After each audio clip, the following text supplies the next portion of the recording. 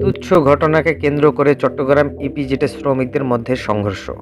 নির্মাণাধীন ভবনে চুরির ঘটনাকে কেন্দ্র করে চট্টগ্রাম রপ্তানি প্রক্রিয়াকরণ অঞ্চলের ভেতরে পোশাক ও নির্মাণ শ্রমিকদের মধ্যে সংঘর্ষ হয়েছে। আজ বুধবার রাত ৯টার দিকে এ সংঘর্ষ হয়। প্রত্যক্ষদর্শীরা জানান, সিআইপিজেডের ভেতরে পোশাক শ্রমিকরা সড়ক অবরোধ করেও অবস্থান নেন। সংঘর্ষের সময় আইনশৃঙ্খলা রক্ষাকারী বাহিনীর সদস্যদের একটি গাড়ি ভাঙচুর করেছে উত্তেজিত শ্রমিকেরা।